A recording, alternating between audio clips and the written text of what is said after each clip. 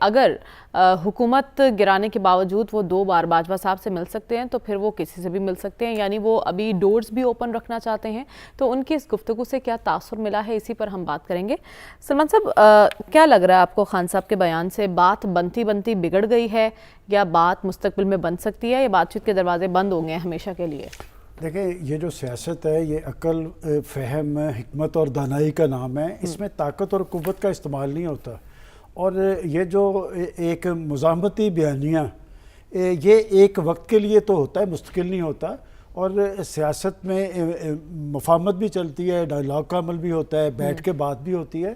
یہ معاملہ چلا تھا، یہ میں آپ کو بتا رہا ہوں کہ یہ معاملہ چلا تھا، اور یہ پاکستان کی اسٹیبلشمنٹ، پاکستان کی ایک سیاسی حقیقت ہے، اس نے ریاست کے مفادات دیکھنے ہوتے ہیں، اور یہ معاملہ چلا تھا۔ تو اسی کے نتیجے میں گرفتاری کے بعد چلا تھا معاملہ؟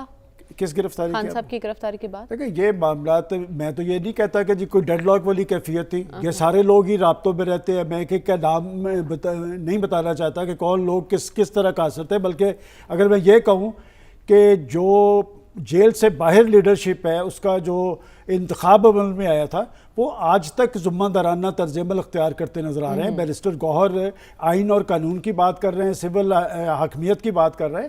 دیکھیں، یہ جو گزشتہ 48 گھنٹے ہیں یہ بڑے امپورٹنٹ ہے کہ ایک طرف مفاہمتی عمل کے نتیجے میں نہ صرف پہلے پرائم منسٹر سے چیف منسٹر پختونخوا کی ملاقاتیں ہوئیں، بلکہ ایک کور کمانڈر ہاؤس گئے، وہاں پر افطار پارٹی پہ صوبے کی سیکورٹی صورتحال وہ ڈسکس ہوئی۔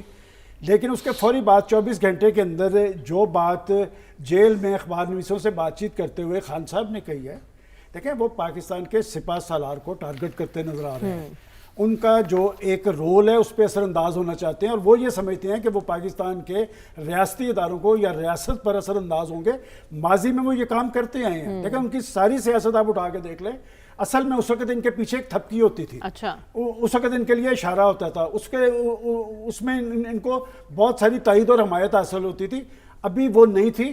میں سمجھتا ہوں کہ آپ دیکھیں کہ نواز شریف کی سیاست کیا تھی، کہ نواز شریف ایک وقت میں مزاحمتی بیانیہ اختیار کیا تھا، پھر وہ مفاہمتی بیانیے پہ آ گئے، اور آج وہ پاکستان کے حکمران۔ آپ کو کیا لگتا ہے خان صاحب کی اگر یہی روش برقرار رہی تو پی ٹی آئی کا سیاسی مستقبل کیا ہوگا؟ دیکھیں، کسی بھی پولیٹیکل پارٹی کا سیاسی مستقبل ہوتا ہے اس کی عوامی تائید اور حمایت پہ۔ بات یہ کہ میں آج بھی سمجھتا ہوں کہ ان کی پارٹی کو عوامی تائید اور حمایت حاصل ہے، کیا وہ اس کو کیش کرا پائیں گے؟ کوئی بھی جو لیڈرشپ ہوتی ہے نا، سیاسی تاریخ اس امر کی گواہ ہے کہ وہ کتنا بھی جارحانہ طرز عمل اختیار کرے، بالآخر مفاہمت پہ اور ڈائلاگ پہ آنا پڑتا ہے۔ کہ نواز شریف صاحب وہ جو ایک وقت میں پاکستان کی اسٹیبلشمنٹ کو چیلنج کرتے نظر آ رہے تھے، اس کے بعد انہوں نے بات چیت کا عمل شروع کیا ہے۔ اس بات چیت کے عمل میں آج ان کا بھائی پاکستان کا پرائم منسٹر ہے، ان کی بیٹی صوبے کی چیف منسٹر ہے۔ خان صاحب، میں نے کل بھی کہا تھا، بات بڑی تلخ ہے کہ اس وقت وہ اپنی پارٹی کے پاؤں لگتے نہیں دیکھنا چاہ رہے، کہ ان کی پارٹی کے لوگ پاکستان کی مقتدرہ کے ساتھ رابطے میں ہیں۔ اسی رابطوں کے عمل کے نتیجے میں بہت سارے لوگوں کی ضمانتیں ہوئی ہیں۔ لیکن اس بیانیے کے بعد میں سمجھتا ہوں کہ پھر ایک نئی صورتحال طاری ہوگی۔ اور یہ بات میں آپ کو واضح کر دوں کہ کوئی 30-40 سال سے میں پاکستان کی جرنلزم میں ہوں، اگر کوئی شخص یہ سمجھتا ہے کہ وہ اپنی طرز عمل کی وجہ سے، مزاحمتی بیانیے کی وجہ سے وہ پاکستان کی ریاست یا ریاستی اداروں کو زیر دام لے آئے گا، تو یہ بہت بڑی اس کی خام خیالی ہے۔ اور بات یہ کہ آپ ان کی سیاست دیکھیں نا، کہ وہ ایک طرف آئین اور قانون کی بالادستی کی بات کر رہے ہیں، سویلین حاکمیت کی بات کر رہے ہیں، دوسری طرف وہ پاکستان کے سپہ سالار سے ملنا چاہتے ہیں، پاکستان کی سیاسی لیڈرشپ سے نہیں ملنا چاہتے۔ کنفیوژن یہی تو ہے نا، کنفیوژن یہی پر ہے کہ آخر ان کا بیانیہ کیا ہے؟ وہ مفاہمت کرنا چاہتے ہیں یا مزاحمت کرنا چاہتے ہیں؟ نہ پوری طرح سے مزاحمت ہو رہی ہے، نہ پوری طرح سے مفاہمت ہمیں ہوتی نظر آ رہی ہے، نظر آتے ہیں کچھ۔ بالکل۔ ڈاکٹر صاحب، کیا لگتا ہے آپ کو کل کا جو بیان ہے خان صاحب کا، وہ اس کو ایک طرف انتہا بھی سمجھا جا رہا ہے اور دوسری طرف التجا بھی سمجھا جا رہا ہے؟ وہ یہ بھی کہہ رہے ہیں آئے مجھے قائل کر لیں، اگر میں ان سے مل سکتا ہوں 2 بار تو پھر میں کسی سے بھی مل سکتا ہوں۔ کیا مطلب ہے اس بات کا؟ دیکھیے، اس کے اوپر ڈیپینڈ کرتا ہے کہ آپ اس کی کیا انٹرپریٹیشن دے سکتے ہیں، کرنا چاہتے ہیں۔ اس وقت پاکستان کی سیاست جو ہے ایک بہت غیر معمولی دور سے گزر رہی ہے، کیونکہ اس وقت جو پولیٹیکل ڈیسیجنز ہیں وہ صرف پولیٹیکل فورسز نہیں کرتی، بلکہ غیر پولیٹیکل فورسز بھی ڈیسیجنز میں ایک بڑا رول پلے کر رہی ہیں، جس کی وجہ سے آپ پولیٹیکل ڈومین میں رہ کے سیاسی مسائل کو حل نہیں کر سکتے۔ دوسرا اس کی وجہ یہ ہے کہ جو پی ٹی آئی ہے وہ بہت مشکل دور سے گزر رہی ہے، بہت سی پابندیاں ہیں، مشکلات ہیں، سلسلے چل رہے ہیں. دوسری طرف ان کو پاپولر سپورٹ حاصل ہے، یہ اسٹیبلشڈ ہے کہ پاپولر سپورٹ اس کے لیے ہے.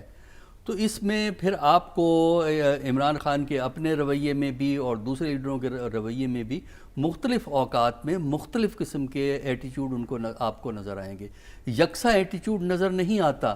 آپ اس سے پہلے پاکستان کی تاریخ کو تو دیکھیں نا، جب پیپل پارٹی پہ مشکل دور تھا ضیاء الحق کے دور میں، تو وہاں بھی آپ کو اسی قسم کی مشکلات، مختلف لوگوں کے مختلف بیانات نظر آتے ہیں. علیحدہ پارٹیاں بھی بنی، ہم نے جو ہے نیشنل پیپل پارٹی بنی اور اسی طرح گروپ ایمرج کرتے ہیں. اور 99 کے بعد ہم نے پی ایم ایل این میں بھی دیکھا کیوں بنی، بعد میں کیوں بنی، پہلے تو کچھ اور نام تھا، ہم خیال تھا اس کا نام. اچھا تو خیر تو یہ ہے. اور چونکہ اس وقت پریشر ان پہ زیادہ ہے، لہٰذا وہ کبھی ایک لابی کو کیٹر کر رہے ہوتے ہیں، کبھی وہ دوسری لابی کو کیٹر کر رہے ہوتے ہیں. کیا یہ اسٹریٹجی درست ہے آپ کی نظر میں؟ دیکھیے پالیٹکس میں درست اور صحیح کی بات نہیں ہے. پاکستان میں پالیٹکس میں 90% چیزیں درست نہیں ہیں. اگر پاکستان میں پالیٹکس کو درست کرنا ہے تو پالیٹکس کو پولیٹیکل ڈومین میں رہنا چاہیے. ہماری پالیٹکس پولیٹیکل ڈومین سے باہر ہے. تو وجہ یہ ہے کہ اس قسم کے پریشر میں آ کے آپ اس قسم کی کانٹراڈکٹری باتیں کرتے ہیں. ان کا فیوچر کیا ہے؟ فیوچر ڈیپینڈ کرتا ہے پبلک سپورٹ ان کے پاس کتنی رہتی ہے جو ہے. دوسرا یہ ہے کہ حالات بدلیں گے. اس لیے ماضی میں بھی ہم نے دیکھا ہے پیپل پارٹی پہ جو حال تھا 98 میں پاور میں آ گئی نا، نواز شریف 99 2000 میں چلے گئے نا سعودی عربیہ، پھر 2017 سب کچھ چلا گیا کم از کم نواز شریف صاحب سے، لیکن اب واپس آ گئے. جی تو حالات پلٹا کھاتے ہیں اور آپ کے بیانات پلٹ جاتے ہیں. آپ کو یہی چیز نواز شریف میں نظر آئے گی، کرٹیسزم بھی ہے اور یہ بھی ہے، تعریف بھی ہے، کنسیلیشن بھی ہے. پیپل پارٹی میں کانفلکٹ کی فضا بھی آپ کو نظر آتی ہے ضیاء الحق کے دور میں. بعد میں ریکنسیلیشن، بے نظیر کس طرح واپس آئی تھی، مشرف سے ریکنسیلیشن کے ذریعے واپس آئی تھی. تو لہٰذا ابھی سے آپ پری جج نہ کیجئے.